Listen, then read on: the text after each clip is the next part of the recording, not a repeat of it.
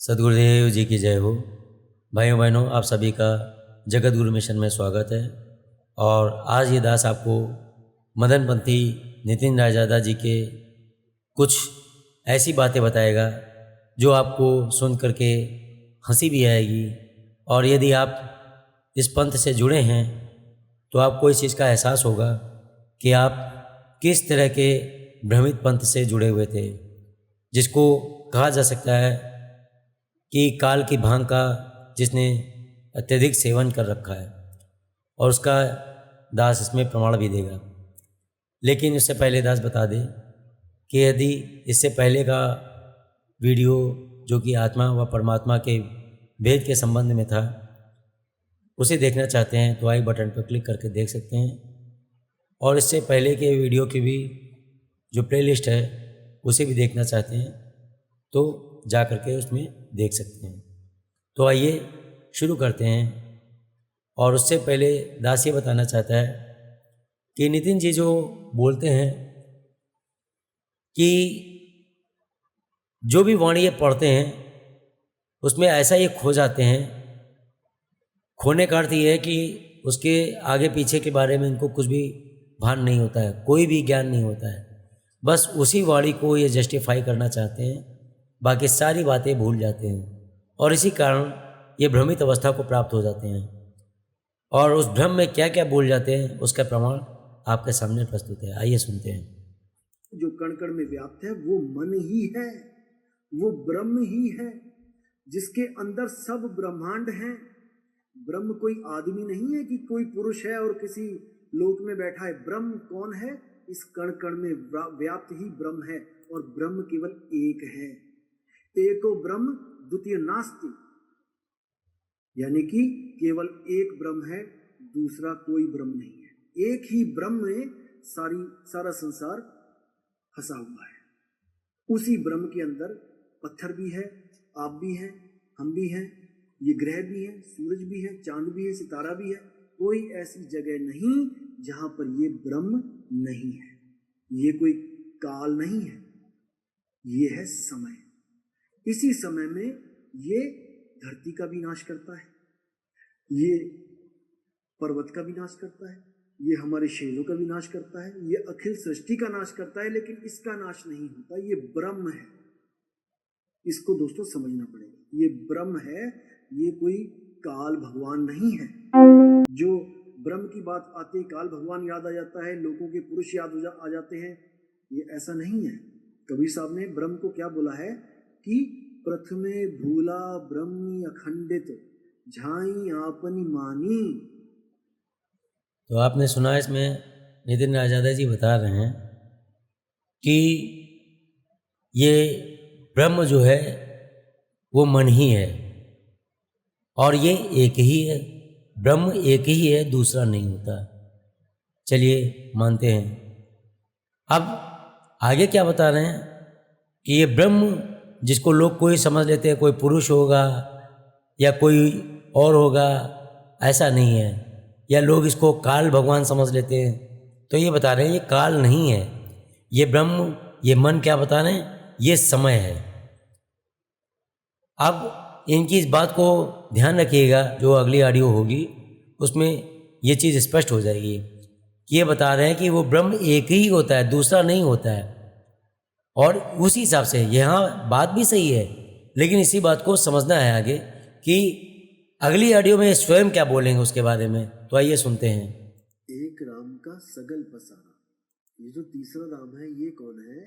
इसी को हम मन राम कहते हैं, इसी को हम ब्रह्म राम कहते हैं, इसी को हम निरंजन राम कहते हैं, जिसका ये सकल पसारा है। सकल यानी कि सारी सृष्टि जितनी भी है, जितने भी अनंत लाख लोग, अनंत करोड़ों जो लोग हैं, जितने भी लोग हैं, वो सब इसी का पसारा है। यही वो मन है जो सूक्ष्म से सूक्ष्म भी है और विराट से विराट भी है।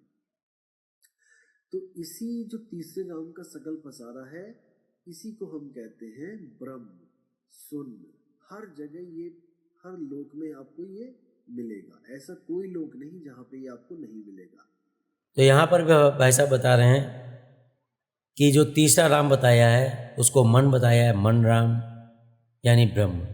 और ब्रह्म वो एक ही है, दूसरा नहीं है, जो कण कण में व्याप्त है। यहाँ पर भी चलिए इनकी बात को मान भी लिया जाए। अब आगे क्या बताते हैं, तो आगे की ऑडियो से इनका बिल्कुल स्पष्ट हो जाएगा कि ये क्या बोलते हैं कभी और क्या कुछ और उसी बात को काटते हैं।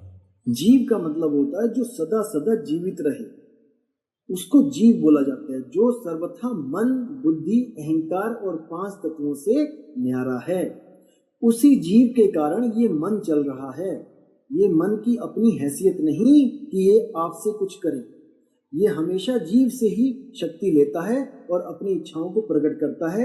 ये मन ही काल है जिसने जीवों को उलझाया हुआ है।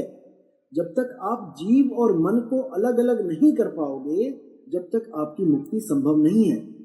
तो यहाँ भाई साहब बोल दिए कि ये मन ही काल है और ये मन ब्रह्म भी था, ये पहली ऑडियो में बोला। और वह ब्रह्म एक ही है। वो ब्रह्म चूँकि मन है तो वो एक ही हुआ। और वहाँ पे बता रहे हैं कि ये काल नहीं है जिसको लोग काल समझ लेते हैं। और यहाँ भाई साहब क्या बता रहे हैं कि ये मन काल ही है। भाई साहब पहले आप स्वयं तय कर लीजिए, पहले अपने भ्रम का निवारण कर लीजिए, फिर दूसरों को उपदेश दे दीजिएगा। काहे की जल्दी है? मतलब स्वयं ही आप अंधेरे में हैं और दूसरे को उपदेश दे रहे हैं। जैसा कि परमात्मा की वाणी है कि औरों को करे चांदना आप अंधेरे माही। जो स्वयं ही अंधेरे में हो वो दूसरे को कैसे उजाला दे सकता है? तो इनका यही हाल है कि स्वयं इनको ज्ञान नहीं है और पोथी पढ़ पढ़ करके ये ज्ञान उपदेश करने की कोशिश करते हैं। जिसको अनुभव होता है वो इस तरह से भ्रमित नहीं होता है और ना ही किसी को भ्रमित करता है। और आइए अब इसी बात को अगली ऑडियो से और ज़्यादा स्पष्ट किया जाएगा। लेकिन आपको पूरा विश्वास करके सिमरण करना पड़ेगा भाई, पूरा विश्वास करके। अगर 1% भी शंका होगी कि ये सिमरण करके ये बाधा हटेगी कि नहीं हटेगी, तो मेरे भाई नहीं हटेगी।